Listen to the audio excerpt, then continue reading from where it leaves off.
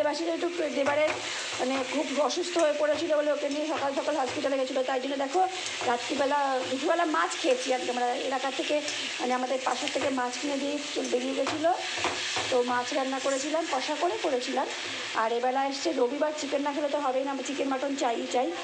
তো আজকে এখন চিকেন কষা করেছি, এটা ঠিক চিকেন কষা কড়াই চিকেন করছি। আর লুকটা মানে যার ফোনে দেখাচ্ছে তার কী বলবো, অসাধারণ দেখতে হয়েছে। ওটা কড়াই চিকেন বানাচ্ছি আজকে রাত্রিরে। আর এখানে গরম জলটা হয়ে গেছে, গরম জলটা ঢেলে দেবো, দিলেই রান্না পুরো শেষ। আর মেয়েরা বললো আজকে সেদিনকে কোথায় খেয়েছে, বললো মা একদম ওইভাবে তুমি আজকে করো। তো এই হলো আজকে আমার চিকেনের লুকটা, হয়ে গেছে রান্না। অল্প একটু জল দেবো। কড়াই চিকেন, বাটার চিকেন সবই আমি বাড়িতেই করি এগুলো।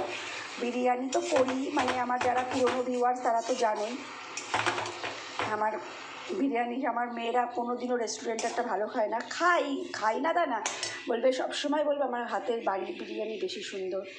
আর এই যে দুটো লেগ পিস দুই মেয়ের জন্যে, ওর বাবা মানবে দুটো লেগ পিস আনবেই। এটা একটা লেগ পিস, আর এই যে একটা লেগ পিস, দুটো লেগ পিস দুই মেয়ের।